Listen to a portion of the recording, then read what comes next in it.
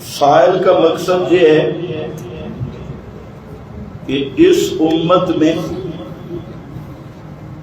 شرک اصغر، ریاکاری وغیرہ کے وقوع کی خبر تو ہے، لیکن شرک اکبر کے وقوع کی خبر نہیں۔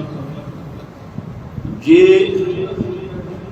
دھوکے پر اور فراڈ پہ مبنی سوال ہے جو بزرگ نے کیا ہے، اور جن مولویوں کی عادت ہوتی ہے بات کو بدل دینا۔ حالانکہ اگر قرآن کی بات کریں، قرآن نے بھی کہا ہے لا یزالون یختلفون، کہ ہمیشہ مسئلہ توحید پر اختلاف رہے گا۔ اور اگر حدیث کی بات کریں تو 18 احادیث نبی کریم علیہ السلام کی ایک ہی مضمون پہ وارد ہوئی کہ لَتَتَّبِعُنَّ سُنَنَ مَنْ كَانَ قَبْلَكُمْ، کہ تم پچھلوں کی راہ چلو گے۔ اور کیسے راہ چلو گے؟ ذراعًا بذراع، شبرًا بشبر، بالکل جیسے جوتا جوتے کے ہم مثل ہوتا ہے، ہم شکل ہوتا ہے، اسی طرح ان کی چال تم چلو گے، حتیٰ کہ ان میں اگر اپنی ماں سے بدکاری کرنے والا کوئی ہوگا تو اس امت میں بھی موجود ہوگا۔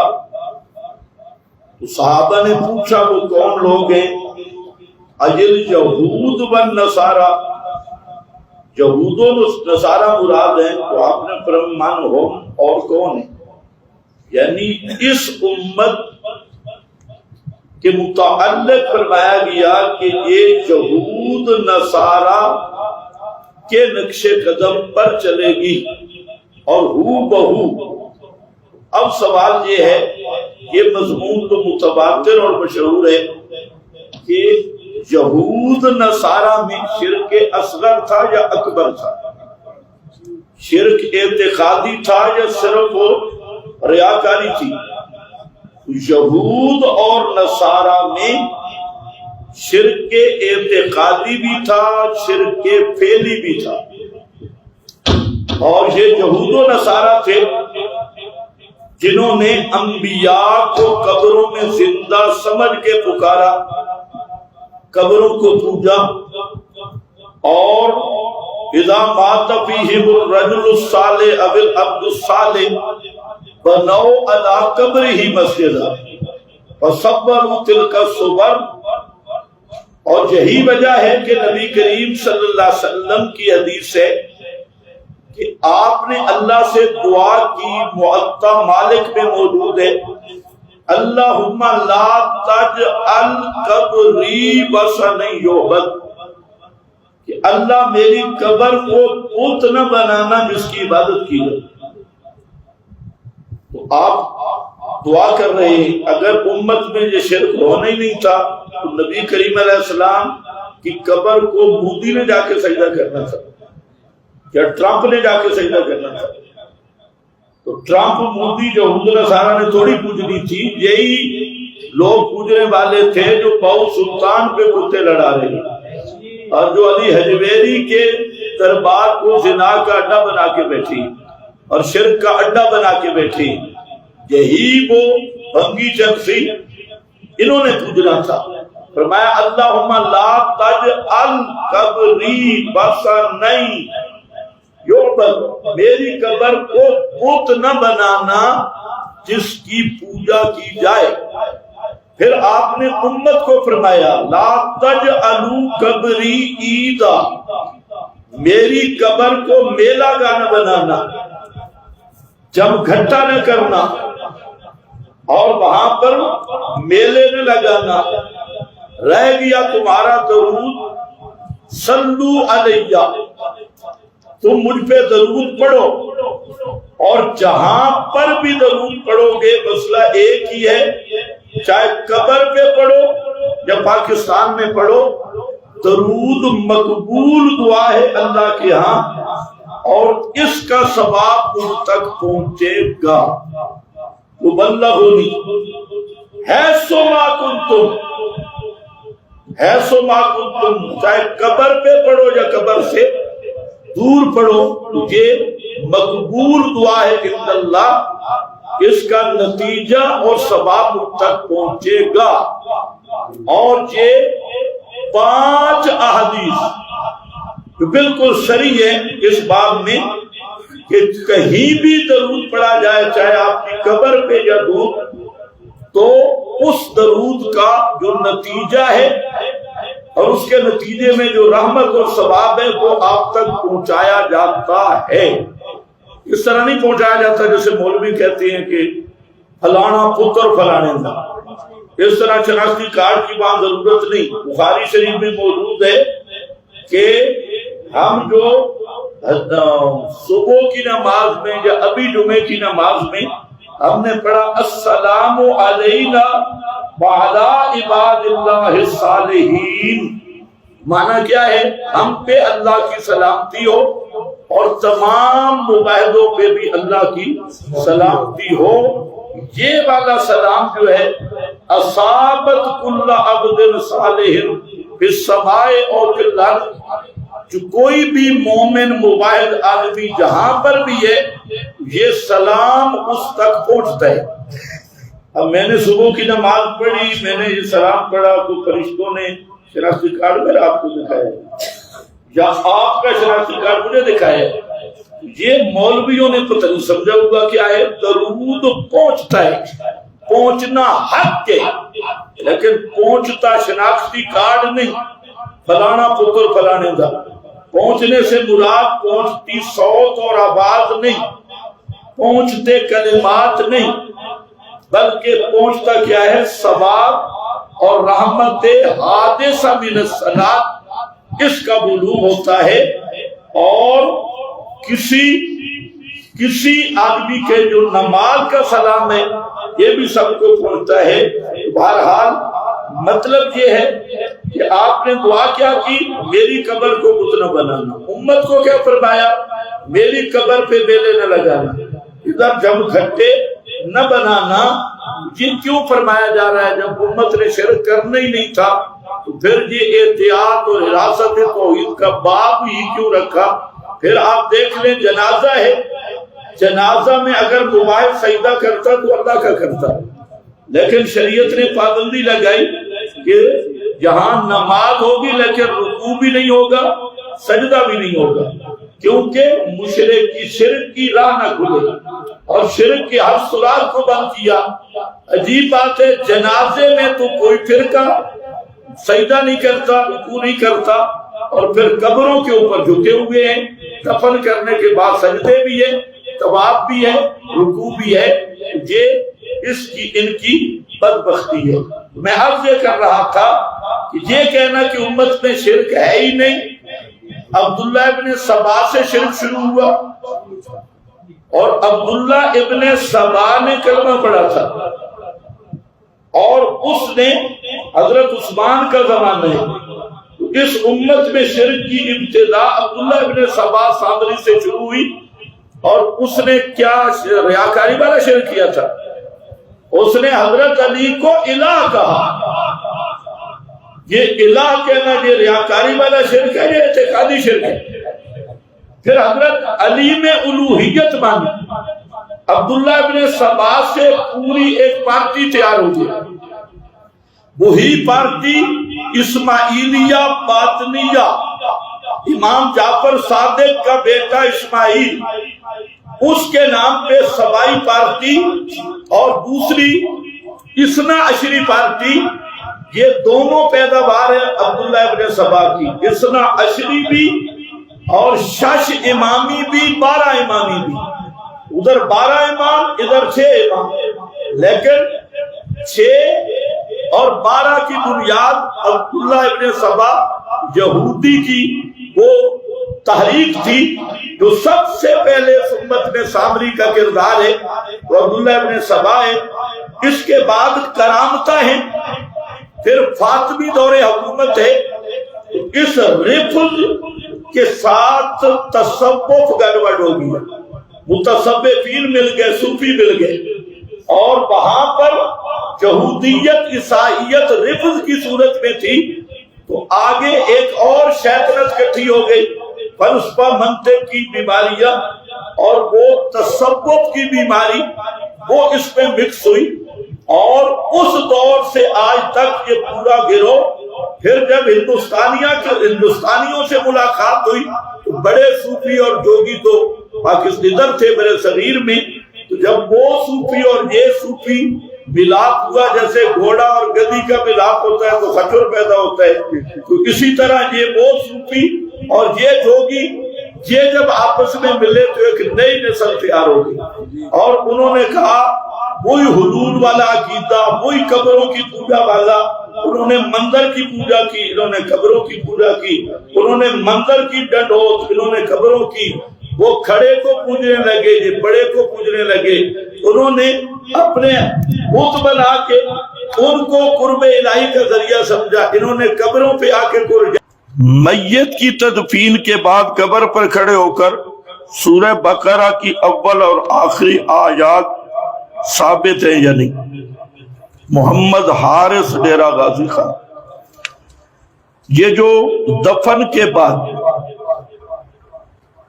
اصل مسنون کام ہے وہ دعا ہے، نبی کریم علیہ السلام کا معمول یہی ہے، دفن کرنے کے بعد آپ میت کے لیے دعا فرماتے تھے، اور صحابہ کو بھی حکم دیتے کہ ادعو لأخیکم ادعو لمیتکم، اس کے لیے اللہ سے دعا کرو، اور یہ دعا کرنا یہ سنت ہے، اور یہ وہاں قبر پر کھڑے ہو کے دعا کرنی ہے۔ اذا فارغ من الدفن، جب آپ دفن سے فارغ ہوتے تو اسی جگہ پہ کھڑے ہو کر حول القبر، وہاں پر آپ دعا فرماتے۔ یہ دعا کرنا یہ مسنون ہے، اور اس میں رفع یدین بھی کر سکتا ہے اور وضع یدین بھی کر سکتا ہے، لیکن اس میں جو حقیقی اجتماعی دعا ہے کہ ایک امام وغیرہ کو ڈرائیور بنا کے باقی ڈبے بن جاؤ اور وہ اونچی اونچی دعا کروائے اور تم آمین کہو، یہ طریقہ مسلمانوں کا نہیں ہے۔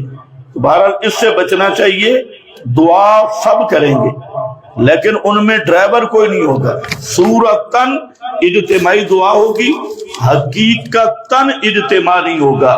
تو بہرحال رہ گیا سورۃ البقرہ کا اول آخر پڑھنا، یہ نبی کریم علیہ السلام سے صحیح سند سے ثابت نہیں ہے۔ اس کے بارے میں جو بعض آثار ہیں وہ ضعیف اسانید ہیں، صحیح سند نہیں۔ اس لیے اصل مسئلہ یہی ہے کہ یہ اس کو چونکہ التزام عملاً کیا گیا ہے، اور اگر کوئی نہ پڑھے تو لوگ لڑتے بھی ہیں، تو بہتر یہی ہے کہ اس عمل کو ترک کیا جائے، کیونکہ اس کا صحیح ثبوت کسی صحیح احادیث بسند صحیح سے نہیں، اور نہ یہ آپ کا معمول تھا۔ بعض صحابی کے اثر سے لوگ ثابت کرتے ہیں، لیکن وہ اثر بھی صحیح سند سے ثابت نہیں ہے۔ اگر ثابت ہوتا بھی صحیح تو احیاناً ثابت ہوتا، التزاماً تو ہے ہی نہیں، اس کے لیے کوئی ثبوت نہیں ہے۔ تو بہرحال مسنون طریقہ یہی ہے کہ دعا کی جائے میت کے لیے، اور پھر یہ جو تلقین ہے اس کا کوئی صحیح ثبوت موجود نہیں۔ زمین ٹھیکہ پر دینا یا لینا کیسا ہے؟ تو یہ مسئلہ بڑا پرانا ہو گیا۔ زمین ٹھیکے پر لینا بھی جائز ہے، دینا بھی جائز ہے، بشرطے کہ اس میں غلط شرائط نہ ہو۔ صحیح شرائط کے ساتھ ٹھیکہ لینا بھی جائز ہے، دینا بھی جائز ہے۔ حدیث مرسل کی حجیت پر غیر مقلدین اعتراض کرتے ہیں، اور حدیث مرسل کو ضعیف روایت کے قبیل میں شامل کرتے ہیں۔ تو ان کے اس اعتراض کی علمی حیثیت کیا ہے؟ اور ایک سوال ہے کہ بخاری شریف سے ایک روایت پیش کی جاتی ہے اہل بدعت کی جانب سے کہ وہ دو قبروں پر عذاب ہو رہا تھا، نبی اکرم صلی اللہ علیہ وسلم نے کھجور کی ٹہنیاں لگائی تھی، اس لیے ہم بھی قبروں پر کھجور کی سبز ٹہنیاں لگاتے ہیں، اگر عذاب ہو رہا ہو تو کم ہو جائے گا۔ ماشاءاللہ۔ تو یہاں پر اس نے دو سوال کیے، حدیث مرسل کی حجیت پر غیر مقلدین اعتراض کرتی ہیں۔ غیر مقلدین صرف حدیث مرسل کی حجیت پہ اعتراض نہیں کرتے، آپ غیر مقلدین کو جانتے نہیں۔ غیر مقلدین ہر اس حدیث پہ اعتراض کرتے ہیں جو ان کی خواہش کے خلاف ہے، اور ان کے ہاں مذہب ہے ہی نہیں، غیر مقلد کسی مذہب کا نام نہیں، غیر مقلد نام ہے اپنی چائس اور خواہش کا، جدھر نکل جاؤ، اور چائس اور خواہش ہے، کوئی منضبط مذہب تو ہے نہیں۔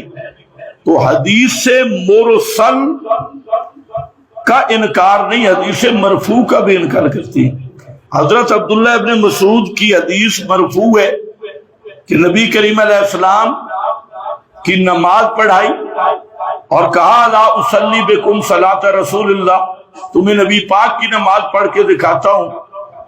پھر کاما بلم یرفع یدہ الا فی اول مرہ، حضرت عبداللہ ابن مسعود کھڑے ہوئے اور صرف تکبیر تحریمہ میں رفع یدین کیا، پھر نہیں کیا۔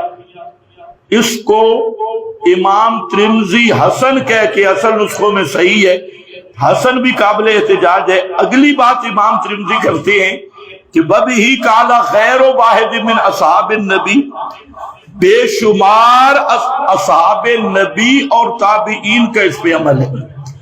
اب حدیث کا ضابطہ ہے محدثین فقہا کے ہاں کہ جب حدیث پہ صحابہ اور تابعین کا عمل آ جائے اور وہ بھی بے شمار کا، تو وہ حدیث متواتر کی قوت میں ہوتی ہے۔ تو غیر مقلد نے اس کو مان لیا۔ مسلم میں حدیث ہے، امام تکبیر کہے تم تکبیر کہو، صحابی کہتے ہیں رسول اللہ نے ہمیں نماز سکھائی، اذا کبر الامام فکبروا، اور آگے اذا قرأ فانصتوا، تکبیر کے بعد جب امام قرآن پڑھے تم خاموش ہو رہو۔ یہ مسلم ہے، اور امام مسلم نے کہا ہے کہ اس حدیث کی سند کے صحیح ہونے پہ محدثین کا اجماع ہے، غیر مقلدین نے مان لی ہے۔ تو اس لیے یہ چھوٹی باتیں ہیں، باقی حدیث مرسل یہ ایک علمی بات ہے، اس میں اگر کسی نے سمجھنا ہو مجھے بعد میں اسے میں سمجھا دوں گا کہ حدیث مرسل کی علمی حیثیت کیا ہے، اور علل اطلاق حدیث مرسل قبول نہیں، یہ تمہارے مولویوں کی بھی غلطی ہے۔ تمہارے مولوی جو سمجھتے ہیں نا کہ علل اطلاق حدیث مرسل حجت ہے، یہ محدثین کا اصول نہیں ہے۔ حدیث مرسل میں تفصیل ہے، اور اصول حدیث پڑھنے والے وہ سمجھتے ہیں کہ اس کے لیے شرائط ہیں، مرسل کی حجیت کے لیے بھی شرائط ہیں۔ علل اطلاق اس کو کوئی بھی حجت نہیں مانتا، البتہ وہ اس کے جو شرائط پائی جائے تو اس صورت میں جمہور محدثین کے نزدیک یہ مرسل حدیث حجت ہے، اور لیکن اس اپنے درجے کے اعتبار سے۔ دوسرے نمبر پہ جی بخاری میں حدیث ہے کہ اہل بدعت پیش کرتے ہیں۔ اہل بدعت کیوں پیش کرتے ہیں؟ اہل بدعت کے حدیث میں کیا ہے؟ اہل بدعت ایسے ڈرامہ کرتے ہیں۔ عذاب قبر کا کوئی منکر ہے تم میں سے؟ پھر ہم تو بھئی عذاب قبر کے منکر کو کافر سمجھتے ہیں۔ یہ تو وہ لوگوں کو دھوکہ دیتے ہیں، انہوں نے پہلے ایک جھوٹ بولا ہوا ہے، ان کی مرد زنانی شیخ الحدیث سفید ریش نیا دودھ پیتا، اس کی گھٹی میں یہ ڈالا جاتا ہے کہ شاہ توحید والے یہ حیات النبی کے منکر ہیں، یہ عذاب قبر کے منکر ہیں۔ پھر ان کے پاس چونکہ جو اصل جھگڑا ہے کہ روح بدن میں ہے یا نہیں، اور مردے سنتے ہیں یا عادتاً سما ہے یا نہیں، اب اس معاملہ میں وہ بیچارے یتیم ہیں، علمی یتیم ہیں، نہ آیت موجود ہے نہ حدیث موجود ہے۔ اچھا جو پیش کرتے ہیں سمجھتے نہیں ہے، وہ بھی ان کے خلاف۔ دعویٰ یہ ہے کہ سارے مردے سنتے ہیں، سماع الموتا، اور جب بھی جاؤ سنتی۔ دلیل ہے کہ کلیب بدر والوں نے سنا تھا۔ کیا بات ہے، کلیب بدر کے مردوں نے سنا تھا، لہذا سارے مردے سنتے ہیں۔ یہ ایسا استدلال ہے جو مینار پاکستان لٹکانا چاہیے۔ تو انہوں نے سنا تو سارے سنتے، اور دعویٰ ہے کہ جب بھی جاؤ، کوئی ٹائم ٹیبل نہیں، 11 12 رات دن 24 گھنٹے سروس، مردے 24 گھنٹے سماع کے لیے سروس ہے، جب بھی جاؤ سنتے۔ اور دلیل ہے کہ دفن سے واپس آؤ نا، جوتوں کی آڑ سنتے ہیں، جو مولوی کو پڑھیں گے، جوتوں کی آڑ سنتے ہیں۔ تو بھائی دفن کر کے آؤ، جوتوں کی آڑ، اس سے دلیل کیسے بنی کہ ہر وقت سنتے ہیں، ہر چیز سنتے ہیں، کوئی ٹائم ٹیبل نہیں اور کوئی آواز کی بھی تخصیص نہیں؟ تو یہ ایسی جہالت پہ مبنی باتیں ہیں۔ باقی یہ ہے کہ اس حدیث پر جو علمی اشکال ہے اس کا حل کرنا ضروری ہے۔ ضابطہ یہ ہے کہ خبر واحد کتاب اللہ کے مقابل حجت نہیں ہوتی۔ یہاں اس حدیث میں اضطراب ہے، مضطرب حدیث ہے کہ بعض متون سے پتہ چلتا ہے کہ یہ جو جدیدین قبریں تھیں مدینہ میں تھی، اور تھی بھی نئی قبریں اور مسلمانوں کی قبریں تھیں۔ تو ظاہر بات ہے وہاں مدینہ میں نئی قبریں مسلمانوں کی کون تھے؟ صحابہ تھے۔ بعض میں ہے کہ یہ مکہ کا واقعہ ہے اور مشرکوں کی قبریں تھیں، بعض میں ہے کہ یہ مدینہ کا واقعہ ہے، مدینہ کا باغ ہے، وہاں یہ قبریں تھیں مسلمانوں کی۔ تو اب قرآنی طالب علم یہ سوال کر سکتا ہے کہ اگر یہ قبریں صحابہ کی ہیں تو صحابہ کے متعلق اصولی بات یہ ہے کہ وہ آخرت کے عذاب سے محفوظ ہیں اور مغفور ہیں، اور یہ قطعی مسئلہ ہے، یہ کوئی ظنی مسئلہ نہیں، اصولی مسئلہ ہے۔ اور عذاب قبر کا تعلق بھی آخرت اخروی عذاب کے ساتھ ہے۔ یثبت اللہ الذین آمنوا فی الحیات الدنیا، آگے کیا ہوا پھر آخرہ سے بعد علماء نے عذاب قبر لیا، تو عذاب قبر اخروی عذاب ہے، اور آخرت کے عذاب سے لہم مغفرۃ ورزق کریم، صحابہ کرام مغفور ہے، محفوظ ہے، اور یہ ادلہ قطعیہ پر مبنی مسئلہ ہے۔ اور اگر وہ مشرک ہیں، مشرک تھے، تو مشرک کے بارے میں قرآن کا اصول واضح ہے، لا یخفف عنہم العذاب ولا هم ينظرون، مشرک سے تخفیف نہیں ہو سکتی، صحابہ کو آخرت کا عذاب نہیں ہو سکتا۔ تو ایک سوال باقی ہے، یہ قبریں کس کی تھی؟ اب میری بات سمجھ گئے؟ صحابہ کی بھی نہیں ہو سکتی اور مشرکین کی بھی نہیں ہو سکتی، تو پھر کس کی تھی؟ تو یہ روایت موضوع طرف ہے۔ اس لیے جب تک یہ اضطراب دور نہیں ہوگا اس وقت تک کسی مسئلے پر استدلال نہیں ہو سکتا۔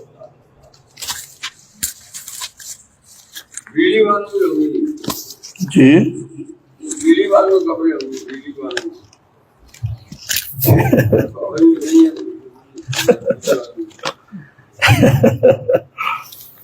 نماز فجر اگر قضا ہو جائے اور بعد میں جب نماز فجر کی قضا نماز پڑھے تو ساتھ 2 سنت بھی پڑھنی چاہیے، بالکل پڑھنی چاہیے۔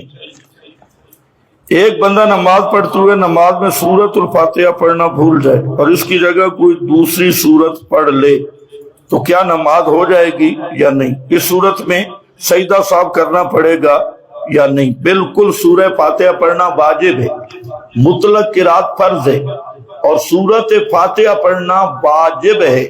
اگر سورہ فاتحہ رہ گئی تو سجدہ صاحب ضروری ہے، اگر سجدہ صاحب بھی نہیں کیا تو دوبارہ نماز پڑھنا ضروری ہے۔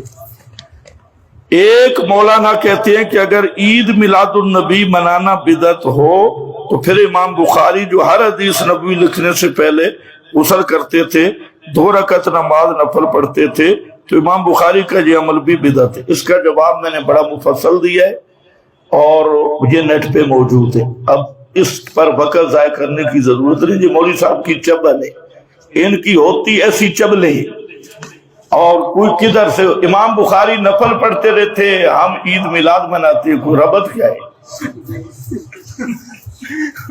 یعنی آپ اندازہ کر لیں کہ امام بخاری کیا پڑھتے تھے، 2 نفل، اور ہم نے تیسری عید نکال لی۔ نفل پڑھنا تو ثابت ہے، تمہاری عید کہاں سے ثابت ہے؟ یعنی یہ جو بریلوی مسلک ہے نا، اس میں دلیل کو نہیں دیکھا جاتا، اس میں اچھا گالیاں نکالنے والا مولوی ہو اور 2 گز لمبی زبان ہو۔ کوئی کدھر کی ایک بریلوی کہہ رہا تھا سر پہ قرآن رکھ کے کہ امام بخاری نے بخاری میں عید میلاد النبی ثابت کی ہے۔ امام بخاری نہیں جانتے تھے؟ اچھا آگے کیا لایا؟ وہ ابو لہب والی روایت، امام بخاری، حالانکہ یہ ایسے الو کے پٹھے جاہل ہیں، اگلے پچھلے ان کے ایسے جاہل ہیں کہ وہاں بخاری کا آپ باب پڑھ لیں، وہاں امام بخاری نے میلاد النبی کا کوئی باب قائم نہیں کیا، نہ عنوان ہے نہ چیپٹر ہے۔ وہاں امام بخاری رحمت اللہ علیہ رضاعت کا مسئلہ بیان کر رہے ہیں۔ رضاعت کا مسئلہ سمجھتے ہو کہ نہیں؟ 2 بچوں کا ایک ماں کا دودھ پینا، اور رشتہ رضاعت کی بات کر رہے ہیں۔ اور یہی کرتے ہوئے امام بخاری رحمت اللہ علیہ حدیث بیان کر رہے ہیں کہ یہ جو نبی پاک صلی اللہ علیہ وسلم اور ابو سلمہ یہ رضائی بھائی تھے، ان میں رشتہ رضاعت رضائی بھائی، اور ان دونوں کو حضرت سویبہ لونڈی نے دودھ پلایا تھا۔ مرفوع حدیث بس یہ ہے، اور جہاں باپ بھی کس کا دودھ پلانے کا، تو ان کو کہو رضاعت کا جشن مناؤ نہ بے ایمانو۔ امام بخاری نے تو رضاعت کا مسئلہ بیان کیا۔ اب ان سے کوئی پوچھے عوام کو کتنا دھوکہ دیتے ہیں، امام بخاری نے میلاد منایا۔ میلاد، ایک مولوی صاحب تھا، بخاری چھوڑ دو نا۔ یہ کیوں چھوڑ دے؟ بخاری تو ہماری ہے نا، بخار تمہیں ہوتا ہے۔ تو باب الرضاعت میں امام لائے۔ اچھا وہ جو بات ہے ابو جال کی انگلی والی، ابو لہب نے ان کو ایسی انگلی دی ہے نا کہ وہ انگلی نکل ہی نہیں رہی۔ قرآن انہوں نے چھوڑ دیا ہے، ابو لہب والی انگلی ابھی بھی ٹھکی ہوئی ہے۔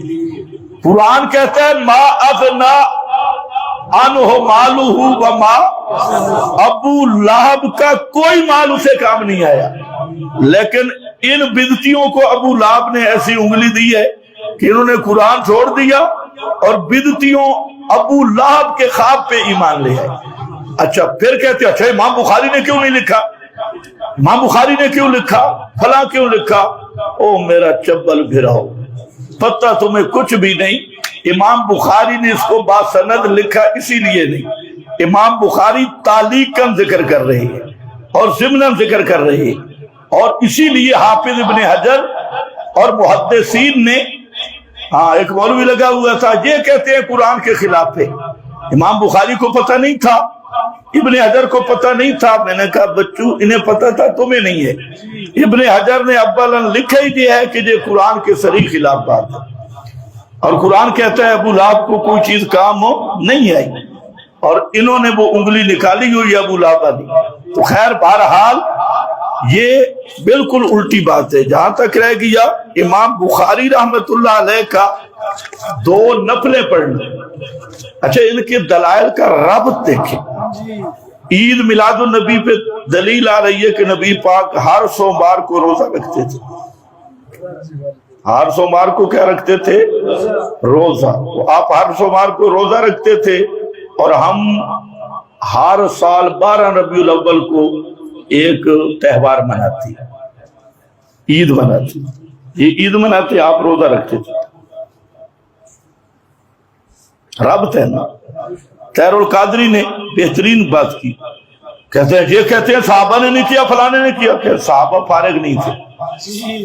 صحابہ نے اس لیے نہیں منائے کہ صحابہ فارغ نہیں تھے، اور یہ بریلوی فارغ ہے اس لیے اور کام ان کا ہے نہیں، تو یہ فراغت کی مشغولیت۔ اور طاہر القادری نے توجیہ کی، صحابہ نے اس لیے نہیں منائی کہ صحابہ پہ غم غالب تھا، کیونکہ نبی پاک کی وفات بھی اسی مہینہ میں ہوئی، صحابہ پر غم غالب تھا اور بے ایمانوں پہ خوشی غالب تھی اور ہے۔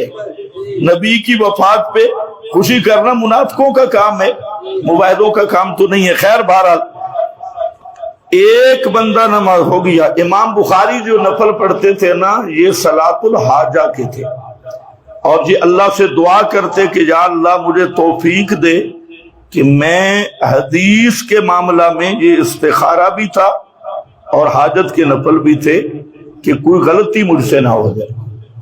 تو جس طرح صلاۃ الحاجہ پڑھنا ثابت ہے, تمہاری عید میلاد النبی کہاں ثابت ہے؟ میلاد النبی منانا بدعت تو پھر ہو گیا بھائی. علامہ شوکانی نیل الاوتار میں لکھا ہے کہ امام بخاری حدیث حسن حجت نہیں مانتا ہے. کیا یہ بات صحیح ہے؟ بھائی یہ جو مسئلے ہیں نا یہ اصول حدیث کے اصل بات یہ ہے کہ یہ تمہارے مولویوں کو بھی اصول حدیث نہیں آتا, اور یہ چونکہ عوامی مجلس ہے یہ سوال آپ کیا کریں جب حدیث کا درس ہے. حدیث کے درس میں بخاری مسلم کے درس میں یہ سوال کریں تو میں آپ کو سمجھاؤں, یا اصول حدیث پڑھنے کا شوق ہے تو میرے پاس تشریف لے آئیں. یہ عوامی مسائل ہیں ان پہ ہم گفتگو کر رہے ہیں, اور یہ مسائل ذرا تیری سمجھ سے بھی میرا خیال ہے بالا تر ہے. ایک آدمی تھا وہ مشرک تھا, اس کچھ جگہ تھی, مرتے وقت اس نے وہ جگہ مسجد کے لیے وقف کر دی. اب ادھر مسجد کا امام بھی مواحد ہے, جس نے بنائی وہ بھی, مگر ہمارے کچھ حضرات وہاں نماز سے نہیں پڑھتے کیونکہ یہ جگہ مشرک تھی. اچھا مشرک تھی, جگہ تو مشرک نہیں تھی نا, یہ جگہ ہی مشرک تھی. جگہ اگر مشرک نہیں تو وہاں نماز بالکل صحیح ہے. بھائی جگہ کیسے؟ ان المساجد للہ ما کان للمشرکین ان یعمروا مساجد اللہ. مشرک شرک کی وجہ سے مسجد آباد نہیں کر سکتا, اور یہ جو زمین ہے نا یہ ہے ہی مباحدوں کی, مشرک کا ناجائز قبضہ ہے. اگر آپ جہاد کی طرف آئیں سارے مشرکوں کو قتل کریں گے انشاءاللہ, اور پوری زمین الارض للہ, یہ ساری زمین اللہ کی ہے. اور اسی لیے فقتل المشرکین آیا کہ اس پلیتوں کو نکالو زمین سے. تو مسجد پر چاہے مشرک نے لی یا کسی نے لی, جب مسجد مباحدوں کے ہاتھ میں آئی تو یہ اصل وارثوں کے ہاتھ میں آ گئی ہے. تو اس لیے مشرکوں سے جتنا ہو سکے بنی ہوئی مسجدیں چھیننے کی کوشش کرو. ہاں کیونکہ مساجد پہ ان کا ناجائز قبضہ ہے, تو اگر آپ قبضہ کریں گے تو وہ جائز قبضہ ہوگا. عالم کا معیار کیا ہونا چاہیے؟ آج کل کے دور میں درس نظامی علم کا معیار ہو سکتی ہے. عالم کے لیے ضروری ہے کہ قرآن کا بھی ماہر ہو, سنت کا بھی ماہر ہو. قرآن و سنت کا ماہر ہونا ضروری ہے, اور ہر مسلمان کے لیے ضروری ہے کہ قرآن و سنت کے مطابق عقیدہ اور اس عقیدے کے دلائل جانتا ہو. حیات النبی کے قائل اور بریلوی, اب تجھے پتہ ہی نہیں ہے, تمہاری اسی انداز کی وجہ سے ان لوگوں کو دھوکہ دیا ہے.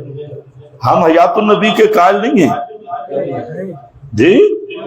آپ میں کوئی بیٹھا ہے منکر حیات؟ یہ تو ان بے وقوفوں کا پراپیگنڈا ہے, یہ تو ان کا جھوٹ ہے.